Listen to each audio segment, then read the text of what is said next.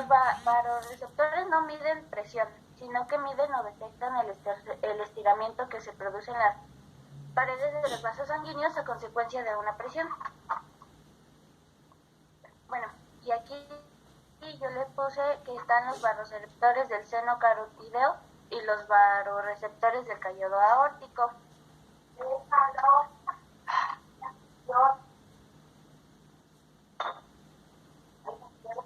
Los baroreceptores se estimulan por la distinción de las estructuras en las cuales se localizan. Por ello es que emiten una señal a mayor velocidad cuando se eleva la presión en las estructuras mencionadas. Según sus fibras aferentes pasan por los nervios glosofaringeos y vago hacia el bulbo raquídeo. Es glosofaringeos, no glosofaringeos, glosofaringeos. Glosofaringeos y vago hacia el bulbo raquídeo. Estos la mayoría terminan en el núcleo del A solitario y el transmisor excitador que secretan es el glutamato. De ahí el glutamato se extiende del núcleo de A solitario a una parte ventrolateral caudal del bulbo raquídeo.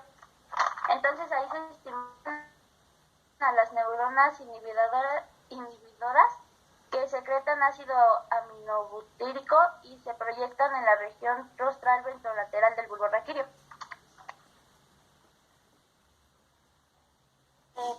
Entonces el aumento en la descarga de los baroreceptores inhibe la descarga tónica de los nervios simpáticos y excita los nervios vagales del corazón. Estos cambios nerviosos generan vasodilatación, venodilatación, caída de la presión sanguínea, bradicardia y descenso del gasto cardíaco.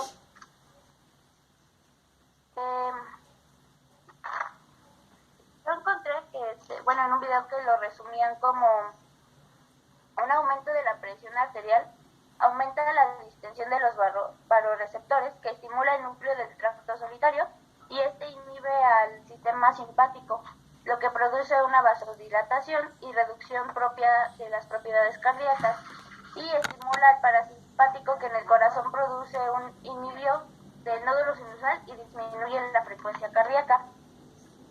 Y si baja la presión arterial, disminuye la distensión de los baroreceptores, estimula mucho menos del tracto solitario y deja de estimular el parasimpático, que entonces deja de inhibir al nódulo sinusal y la frecuencia cardíaca aumenta.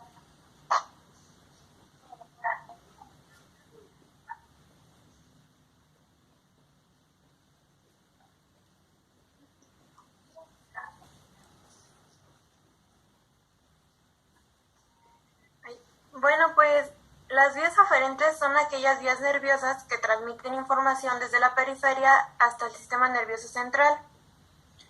Esta transmisión es una información de tipo sensorial. Una de las vías, ahorita les voy a hablar de las vías aferentes de las porciones del encéfalo. Una vía importante es la vía aferente amplia. Es amplia, importante es la vía corticopontocerebelosa, que se origina en las cortezas cerebrales motoras y premotoras y en la corteza cerebral somatosensitiva. Pasa por los núcleos del puente y los fascículos pontocerebelosos para llegar sobre todo a las divisiones laterales de los hemisferios cerebelosos en el lado del encéfalo opuesto a las áreas corticales. La siguiente, por favor.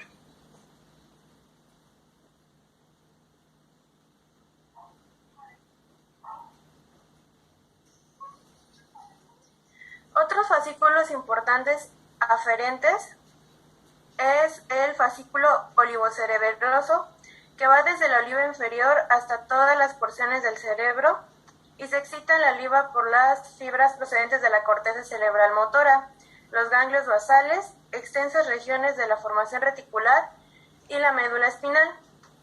Luego tenemos otra importante, las fibras vestibulocerebelosas, algunas de las cuales se originan en el mismo aparato vestibular y surgen en los núcleos vestibulares del tronco del encéfalo. Estas, la mayoría, terminan en el lóbulo folículo nodular y en el núcleo del fascículo del cerebelo, Y por último tenemos las fibras reticulocerebelosas que nacen en diversas porciones de la formación reticular en el tronco del encéfalo y finalizan en las regiones cerebelosas de la línea media, sobre todo en la vermis. Creo que en la imagen no se ve la vermis. La siguiente, por favor.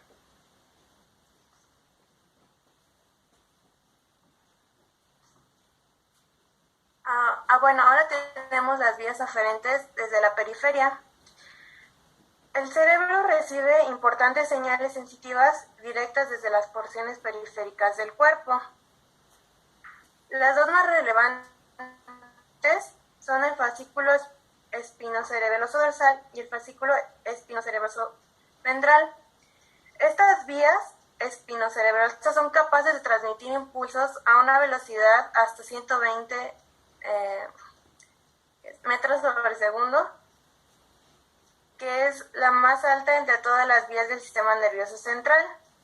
Esta es importante por la comunicación instantánea al cerebelo de los cambios ocurridos en las acciones musculares periféricas. La siguiente, por favor.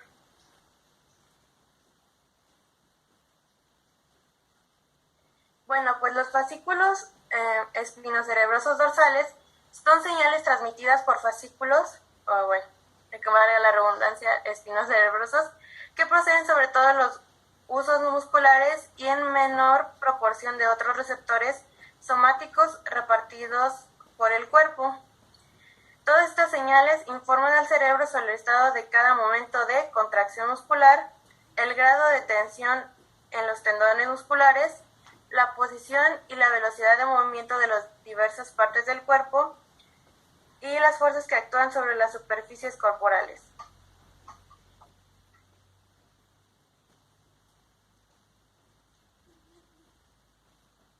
Mientras que los fascículos ventrales penetran en el cerebelo por el pedúnculo cerebroso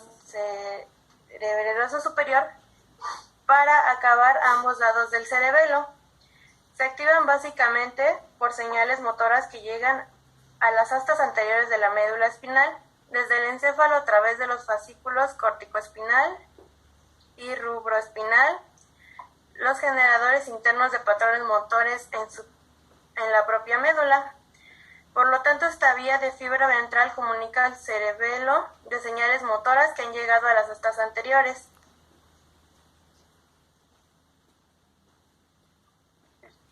Rocío, Mande. Necesitamos, o el tema era regulación del sistema nervioso central, regulación del sistema cardiovascular. Ese es el tema. Entonces necesitamos que nos estemos limitando cómo se regula lo que es el corazón a partir del sistema nervioso central y periférico. Ya nos dijeron que hay lo que son los receptores. Los receptores son aquellos elementos que van a recibir una señal,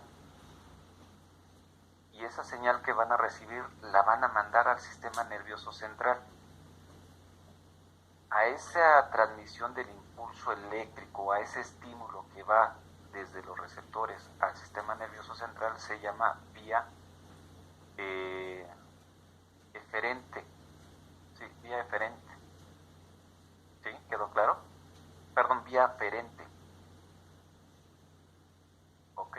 Y una vez que llega al sistema nervioso central, que ahorita nos tienen que decir en dónde se encuentra, que es en el tallo cerebral, en el área cardiorreguladora, va a interpretar esa señal y va a dar una respuesta. Y esa respuesta va a viajar por vía aferente hacia lo que son el área efectora, y va a haber una actividad, ¿no? ¿Sí quedó claro? En forma general así funciona el sistema nervioso. Entonces, ¿cuáles son? Ya nos dijeron cuáles son los receptores que van a estar modificando la actividad a nivel del corazón, que serían los varorreceptores y los quimiorreceptores.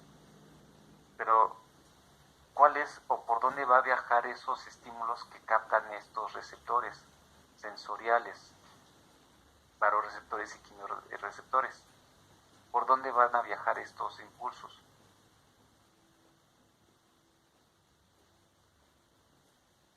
Yo encontré que... No.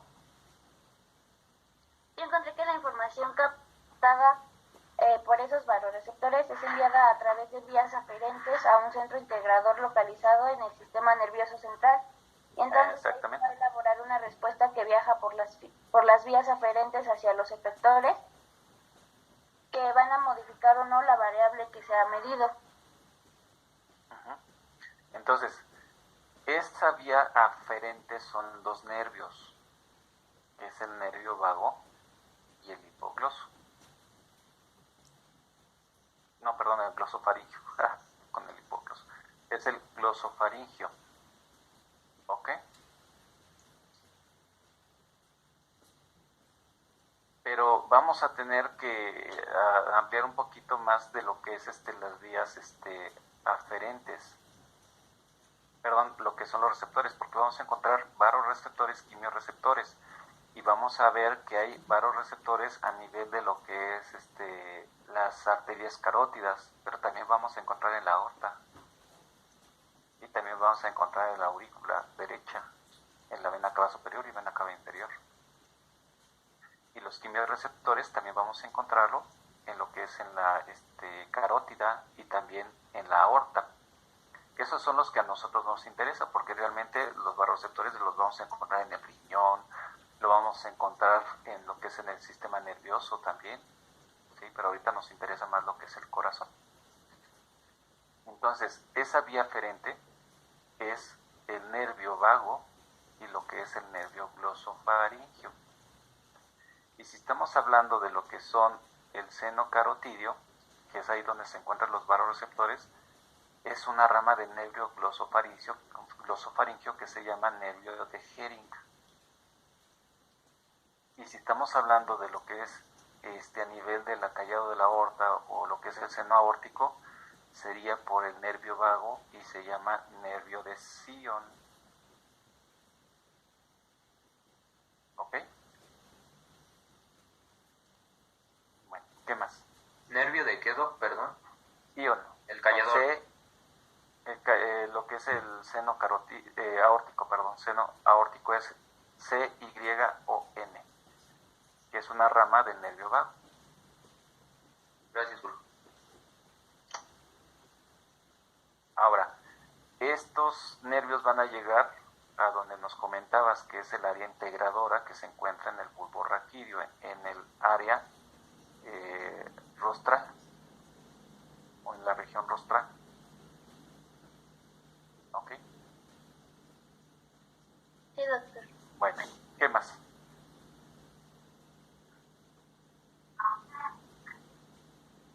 Las áreas de control cardiovascular. Yo encontré que el centro cardiovascular puede dividirse en dos áreas funcionales. Entonces, los efectos sobre la presión sanguínea son opuestos. Los centros presor o vasoconstrictor y el depresor vasodilatador. Entonces, el primero estimula el sistema simpático y provoca una elevación en la presión sanguínea, y el segundo estimula el parasimpático y provoca una bajada en la presión. Encontré también el control de la actividad cardíaca por el centro vasomotor, que además de controlar la cantidad de constricción vascular, también controla la actividad cardíaca. Manda señales simpáticas cuando es necesario aumentar la frecuencia cardíaca y la disminuye a través de señales parasimpáticas cuando es necesario bajarlo. Hay que recordar que el simpático aumenta la frecuencia y el gasto cardíaco, y el parasimpático disminuye la frecuencia y gasto cardíaco. Así ya lo dije.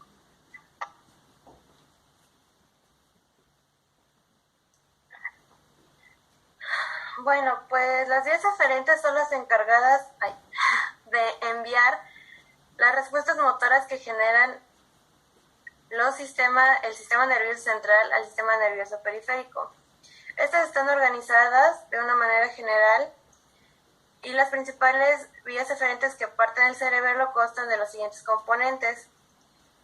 En esta sí tuve duda, profe. No pude encontrar tanto en las vías eferentes como en las aferentes mucha información relacionada con el corazón y busqué videos y todo y me parecía casi, o sea, todo era, la mayoría de la información era más del sistema nervioso, casi no pude encontrar relacionado con el corazón, incluso chequé en los libros que mandó y en el Wheaton fue esto lo que encontré. Entonces, pues es lo que puse. A ver, otra vez, repítelo. Que tanto de vías aferentes como eferentes, no pude encontrar mucha información sobre... La información que tengas, lo que tengas. Pues, ok, es que esta lo encontré del Wheaton, lo que puse de aferentes y eferentes, y fue lo que puse, porque no encontré mucha relación con el corazón. Ok, bueno. ¿Qué más? Ok, entonces, pues la organización consta de los siguientes componentes: la vía que nace de las estructuras de la línea media del cerebelo, que es la vermis, que se ve por ahí. No sé si la puedo señalar. Porfa, Jimé. Ándale, esa. Y a continuación atraviesa los núcleos del fastigio en su camino hacia las regiones vulvares y pontinas del tronco del encéfalo. Es fascículo. Fascículo, perdón. Este circuito funciona en íntima asociación con el aparato del equilibrio y los núcleos vestibulares del tronco del encéfalo para controlar el equilibrio. Siguiente, por favor.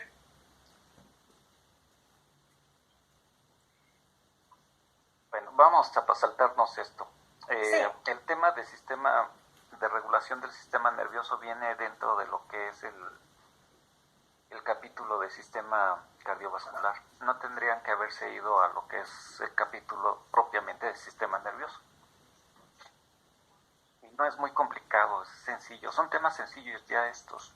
Bueno, esto hay que no los vamos a saltar, no tiene relación con el sistema cardiovascular.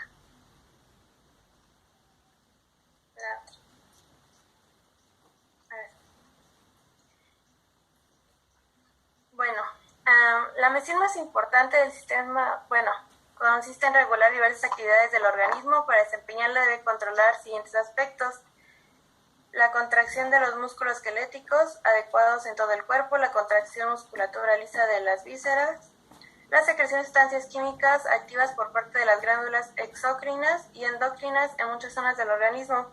Estas actividades se denominan funciones motoras del sistema nervioso y los músculos y las glándulas reciben el nombre de efectores.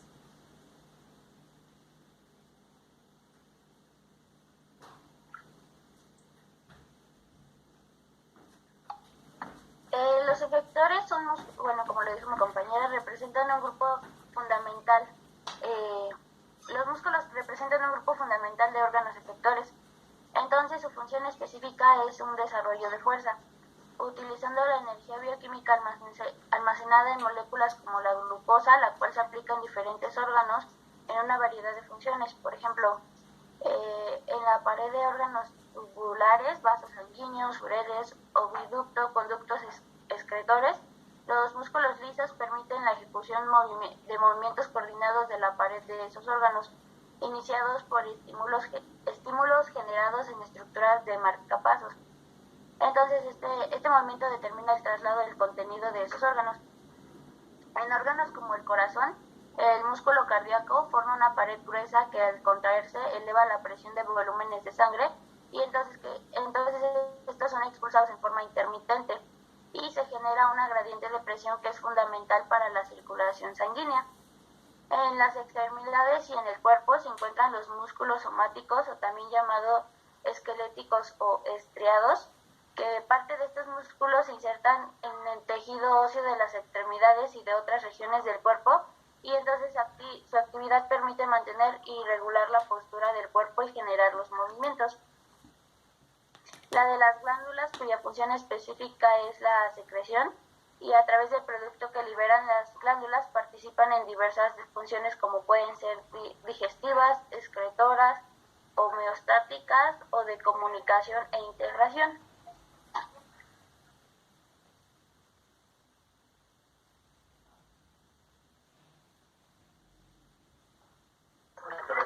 Y pues eso sería todo de nuestra parte. Y estas son nuestras referencias. Ahorita en el grupo les mando los videos y la página del libro de donde yo me basé para sacar mi información. Bueno, pues bueno, chicos, ¿qué decirles?